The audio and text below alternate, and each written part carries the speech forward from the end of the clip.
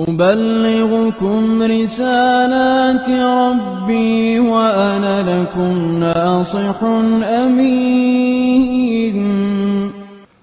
السلام علیکم ورحمۃ اللہ وبرکاتہ. سامعین کرام، ایٹیکیٹس آف ایڈوائس یعنی نصیحت کے آداب چل رہے تھے، جس میں آج کا ہمارا ٹاپک ہے don't insult the people while advising ہم. نصیحت کرتے ہوئے، مشورہ دیتے ہوئے لوگوں کو آر نہیں دلانی، بے عزتی نہیں کرنی. یہ نہیں کہنا کہ میں تم سے بہتر ہوں، یہ نہیں کہنا کہ اللہ تجھے معاف نہیں کرے گا، اللہ تجھے جنت میں داخل نہیں کرے گا. ایسے کلمات کبھی نہیں کہنے. سورہ نجم کی آیت 32 میں اللہ رب العالمین یہ بات ارشاد فرماتے ہیں کہ اپنے آپ کی پاکیزگی نہ بیان کرو، یعنی خود اپنے آپ کو پاک نہ بیان کرو کہ میں بڑا پاک ہوں. اللہ تعالیٰ کو پتہ ہے کون متقی ہے. ایسے ہی سنن ابو داؤد میں ایک تفصیلی حدیث ہے لمبی، جس میں نبی کریم صلی اللہ علیہ وسلم نے دو لوگوں کا تذکرہ کیا کہ دو لوگ آپس میں رہا کرتے تھے، ایک نیک تھا اور ایک بد تھا. یہ جو نیک تھا ہمیشہ گناہ کرنے والے کو روکتا تھا، بھائی گناہ نہ کر، گناہ نہ کر. ایک دن غصے میں آ کر، اور یہ رکتا نہیں تھا، ایک دن غصے میں آ کر اس شخص نے جو نیک تھا دوسرے کو کہہ دیا کہ اللہ کی قسم اللہ تجھے معاف نہیں کرے گا. یہ یوں کہہ دیا کہ اللہ کی قسم اللہ تجھے جنت میں داخل نہیں کرے گا. اللہ رب العالمین نے دونوں کو فوت کیا. اللہ رب العالمین کے ہاں دونوں جمع ہوئے تو اللہ رب العالمین نے اس سے پوچھا جو نیکی کا حکم دیتا تھا، نیکیاں کرتا تھا، لیکن اس نے ایک ایسی بات کہہ دی تھی جو اللہ رب العالمین کو بری لگی. تو اللہ رب العالمین نے پوچھا تجھے میرے بارے میں کوئی علم تھا؟ میری قدرت کو تو بدل سکتا تھا؟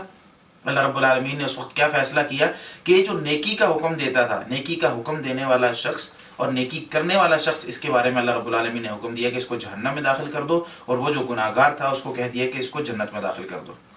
وجہ کیا بنی کہ اس نے جو نیکی کرنے والا تھا اس کی بے عزتی کرنی شروع کر دی، اس کو آر دلانا شروع کر دی کہ میں نیکوکار ہوں، میں تو جنت میں جاؤں گا، تو جنت میں نہیں جائے گا، اللہ کی قسم اللہ تجھے معاف نہیں کرے گا. ایسے جملے کہنے شروع کر دیے.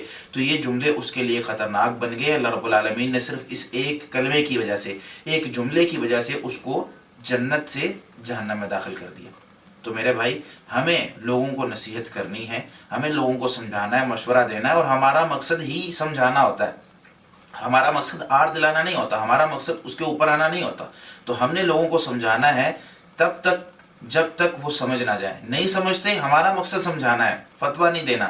کبھی بھی اس پر حکم نہیں لگانا کہ تجھے اللہ معاف نہیں کرے گا، تجھے اللہ رب العالمین تجھ پر رحم نہیں کرے گا. ایسا کبھی نہیں کہنا. بس سمجھاتے جائیں، اللہ رب العالمین سے دعا کرتے رہیں. اللہ رب العالمین جسے بھی ہم نصیحت کرتے ہیں، مشورہ دیتے ہیں، تو اس پر ہماری دعوت کا اثر بھی ہو اور اس تک ہماری دعوت جو ہے صحیح طریقے سے پہنچے اور وہ قبول بھی کرے.